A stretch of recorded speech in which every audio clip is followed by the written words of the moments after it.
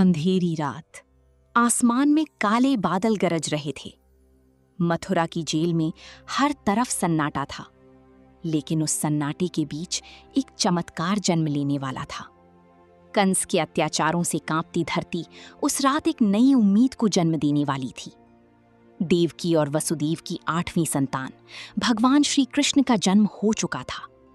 जैसे ही कृष्ण ने जन्म लिया, जेल की लोहे की जंजीरें अपने आप टूट गईं, दरवाजे खुद ब खुद खुल गए और पहरेदार गहरी नींद में सो गए। वसुदेव ने उस दिव्य बालक को देखा। उनकी आंखों में आंसू थे, लेकिन ये आंसू डर के नहीं, विश्वास के थे। उन्हें पता था ये कोई साधारण बालक नहीं है। तभी एक दिव्य आवाज गूंजी, वसुदेव, इस बालक को तुरंत गोकुल लेकर जाओ। वहां नंद बाबा की घर जन्मी कन्या को यहां ले आओ। बिना एक पल गवाए वसुदेव ने नन्ही कृष्ण को टोकरी में रखा और जेल से बाहर निकल पड़े। बाहर मूसलाधार बारिश हो रही थी। आसमान बिजली की गड़गड़ाहट से गूंज रहा था, लेकिन वसुदेव की कदम नहीं रुके।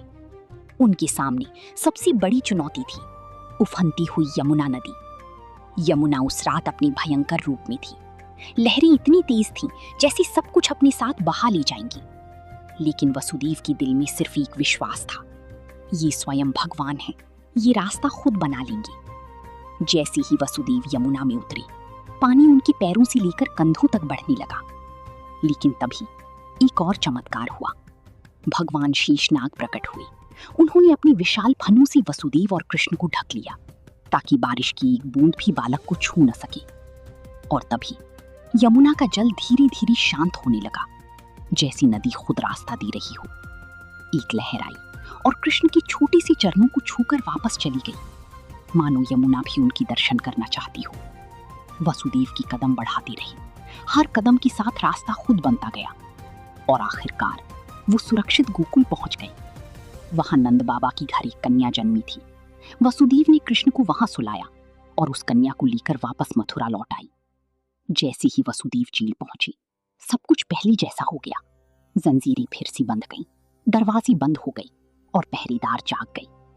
लेकिन अब कहानी बदल चुकी थी, क्योंकि उस रात सिर्फ एक बालक नहीं जन्मा था, बल्कि अधर्म के अंत की शुरुआत हो चुकी थी। क्या आपको लगता है कि अगर उस रात वसुदेव डर जाते तो क्या इतिहास बदल जाता? ऐसी और अद्भुत कहानियों के लिए हमारे चैनल को जरूर सब्सक्राइब करें।